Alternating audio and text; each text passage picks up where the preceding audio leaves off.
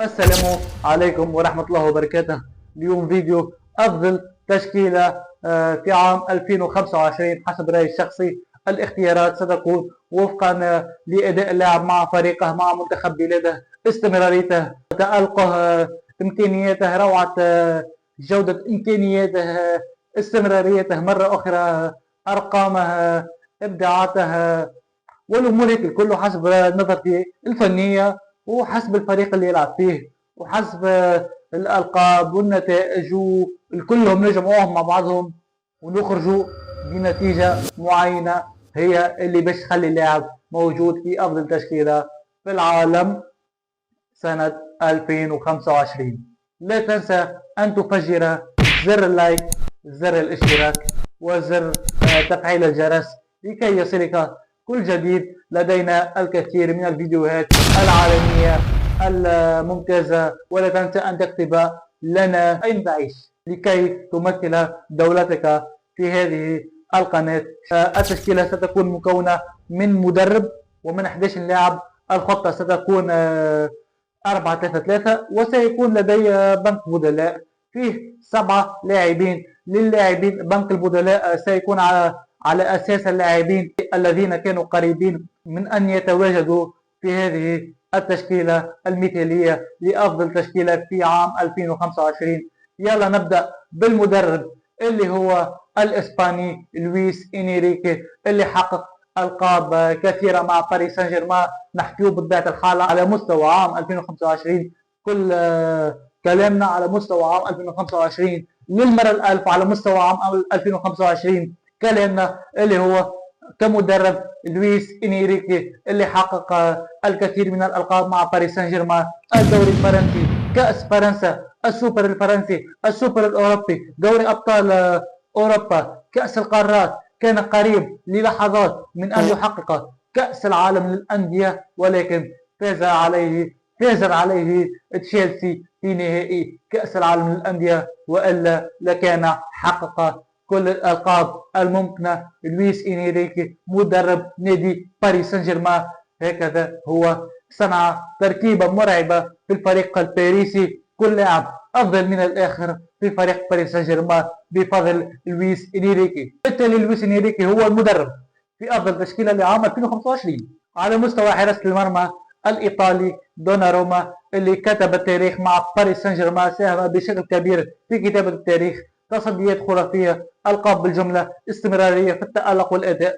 وحاليا في هذا الصيف انتقل إلى مانشستر سيتي العملاق الإنجليزي، ويواصل في إبداعاته. دوناروما بشهادة كل الكرة الأرضية، دوناروما يستحق التواجد في أفضل تشكيلة في عام 2025. على مستوى خط الدفاع، المغربي أشرف حكيمي، الذي قدم أداء خرافيا مع باريس سان جيرمان وساهم في كتابة التاريخ، ساهم بشكل كبير في كتابة التاريخ الباريسي، حقق الألقاب التي تحدثت عنها قبل قليل. أشرف حكيمي إمكانيات هجومية عالية، إمكانيات دفاعية عالية، أفضل ظهير أيمن في العالم حاليا دون أدنى شك ودون أدنى تفكير. أشرف حكيمي هو أفضل ظهير أيمن، مراوغات، سرعة، مهارات، إبداعات، قوة بدنية إلى آخره. نفس الشيء زميله على الجهة اليسرى كظهير أيسر، نفس الشيء اللي هو نونو مينديس، ولكن نونو مينديس يتفوق على أشرف حكيمي في أشياء، وهي أنه حقق كأس الأمم الأوروبية مع البرتغال نونو مينديس، وكان أفضل لاعب في بطولة كأس الأمم الأوروبية 2025. نونو مينديس يستحق ويستحق. عندك ظهير أيسر صعيب باش يحقق جائزة أفضل لاعب في بطولة كأس الأمم الأوروبية، ولكن مادام نونو مينديس يحققها ويستحق نونو مينديس أفضل ظهير أيسر في العالم لعام 2025. في قلوب الدفاع، أولا الفرنسي ويليام ساليبا، اللي قدم موسم أو لا اللي قدم عام ممتاز، استمرارية، تألق، إبداعات، لمسات، قوة بدنية صلبة، وتفوق في الثنائيات، وروعة كل الخصال الممتازة لقلب الدفاع.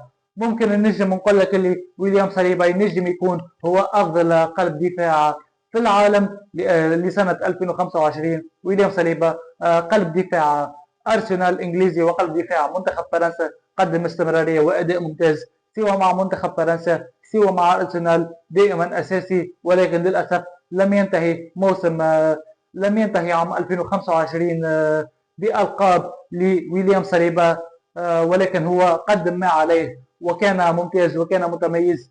ويليام صليبا اللي حاليا يتصدر الدوري الإنجليزي ويتصدر دوري أبطال أوروبا مع أرسنال. بجانب الفرنسي ويليام صليبا اللي هو الهولندي لاعب ليفربول فيرجيل فان دايك، دون ادنى شك فيرجيل فان دايك للإحقاق إمكانيات كبيرة، يؤكد دائما أنه أحد أفضل قلوب الدفاع في تاريخ كرة القدم. نعم، فيرجيل فان دايك يؤكد دائما أنه من أفضل 10 قلوب دفاع في تاريخ كرة القدم، لكي لا أبالغ. فيرجيل فان دايك اللي كسر أرقام قياسية هذا العام. أولا هو فيرجيل فان دايك حقق الدوري الإنجليزي الممتاز مع ليفربول، يقدم في مستويات ممتازة مع ليفربول مع المنتخب الهولندي، وكسر رقم قياسي، وهو أنه أصبح أكثر لاعب في تاريخ المنتخب الهولندي حملا لشارة القيادة في المنتخب الهولندي العملاق الذي يملك تاريخ كبير وكبير جدا. يلا نمشي لوسط الميدان الذي نجد فيه لاعب برشلونة، مايسترو برشلونة، خليفة إنيستا اللي هو بيدري. بطبيعة الحال يستحق والكثير من الكرة الأرضية يعتبرون أن بيدري هو أفضل وسط ميدان في العالم، ولكن للأحقاق أنا لا أعتبر بيدري هو أفضل وسط ميدان في العالم، أعتبره اسما آخرا سأذكره بعد قليل. بيدري اللي تطور رهيب في مستواه وفي إمكانياته، بيدري اللي أصبح ممتاز على المستوى الدفاعي في قطع الكرات، مراوغات، مهارات، تمريرات بالملي. من بيدري المايسترو الرسام مع برشلونة تطور وأبدع وأصبح أفضل هذا اللاعب الذي يعتبرونه خليفة إنيستا، وممكن علاش لا يكون خليفة إنيستا بالألقاب وبالأرقام وعلى جميع المستويات. إن شاء الله بيدري سيكون خليفة إنيستا في كرة القدم وفي برشلونة تحديدا. بجانب بيدري الإنجليزي لاعب ريال مدريد جود بيلينغهام اللي قدم مستوى ممتاز مع ريال مدريد ومع انجلترا، خاصة على المستوى الهجومي. جود بيلينغهام اللي تحصل على جائزة أفضل لاعب في انجلترا لموسم 24-25. جود بيلينغهام يقدم في مستويات كبيرة على المستوى الهجومي على طيلة عام 2025. أتحدث طبعا جود بيلينغهام يستحق وأختاره في أفضل تشكيلة عام 2025 لسبب آخر، لأنه رغم الإصابة تحمل الإصابة وحارب من أجل أن يكون أساسي وموجود طيلة عام 2025. تحمل الإصابة ولعب وقاتل مع ريال مدريد ومع إنجلترا، مع لاعب ريال مدريد ومع لاعب برشلونة. اختار لاعب باريس سان جيرمان ومن غيره، والعالم وكل العالم وكل من يشاهد يعرف من سأقول، اللي هو لاعب باريس سان جيرمان فيتينها، اللاعب البرتغالي اللي حقق بطبيعة الحال كأس الأمم الأوروبية يعني مع البرتغال مثل زميلها في التشكيلة اللي هو نونو مينديس. فيتينها، لنتحدث عن فيتينها. هذا اللاعب رسام، فنان، مبدع، مايسترو، رسام إلى آخره من الأوصاف الإبداعية. فيتينها حسب رأيي الشخصي نعتبره أفضل وسط ميدان في العالم حاليا، وحقا هو خليفة إنيستا بأتم معنى الكلمة في عالم كرة القدم. فيتينها خليفة إنيستا حسب رأيي الشخصي في عالم كرة القدم. فيتينها يستحق. في خط الهجوم اختاروا أولا صاحب الكرة الذهبية الفرنسي لاعب باريس سان جيرمان عثمان ديمبيلي القمة. عثمان ديمبيلي اللي حقق بطبيعة الحال الألقاب التي ذكرتها منذ قليل، التي حققها لويس إنريكي بطبيعة الحال، والتي حققها نونو مينديس وفيتينها وأشرف حكيمي. عثمان ديمبيلي صاحب الكرة الذهبية أيضا وصاحب جائزة ذا بيست أيضا.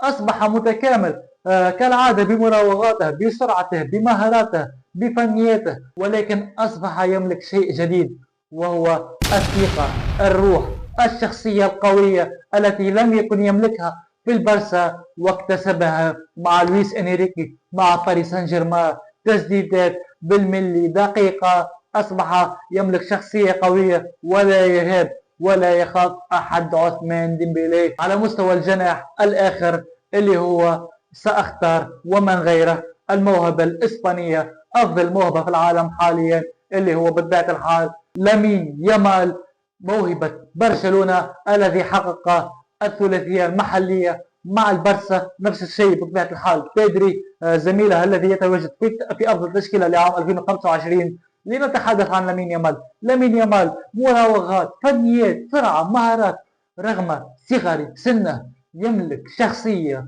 وثيقة في النفس مرعبة جدا وجدا وجدا، لا يملكها إلا القليلين في عالم كرة القدم. رغم صغر سنه صعيب أنه نلقاه لاعب يملك شخصية وروح وثيقة في النفس مثل التي يملكها لامين يامال. لامين يامال يستحق ويستحق وأكثر من ذلك يستحق. على مستوى قلب الهجوم، رأس الحربة، المهاجم الصريح، الاختيار يبدو صعبا، ولكن بالنسبة لخريبي ليس صعبا. سأختار لاعب ريال مدريد الفرنسي كيليان مبابي. كيليان مبابي كسر عقدة تراجع مردود نادي ريال مدريد عام 2025، كان عنصرا فريدا من نوعه في العملاق الملكي نادي ريال مدريد، مستوى أداء عالمي ممتاز، لم يكن مثل فينيسيوس والبقية. كيليان مبابي كالعادة تكامل كبير في مستواه، سرعة، فنيات، مراوغات، شخصية عالية، وروح، وكذا وكذا وكذا من الكلام ومن وصف قمة وروعة المهاجم الصحيح كيليان مبابي، أفضل رأس حربة في العالم لعام 2025 دون أدنى شك حسب رأيي الشخصي. لن أختار إيرلينغ هالاند، حسب رأيي الشخصي كيليان مبابي يستحقها وعن جدارة وعن جدارة وعن جدارة. كيليان مبابي يستحق المكان. كما ذكرت لكم في أول فيديو أني سأختار 7 لاعبين على بنك البدلاء كانوا قريبين من هذه التشكيلة، ولكن لم أختارهم. لن أقوم بالتفسير كثيرا للاعبين الذين سأختارهم على بنك البدلاء، واللي هما الأول تيبو كورتوا البلجيكي ولاعب ريال مدريد على بنك البدلاء. أيضا هناك هويسن لاعب ريال مدريد، واللاعب الإسباني هويسن أيضا على بنك البدلاء. أيضا على بنك البدلاء الهولندي لاعب انتر ميلان الذي قدم اداء خرافي للاحقاق. دامفريس كان قريب من التشكيله، ولكن حكيمي يفك له بلاصته. دامفريس اللي على بنك البدلاء اللي هو هولندي ولاعب انتر ميلان. كملوا معكم على بنك البدلاء اللي هو الارجنتيني ولاعب ليفربول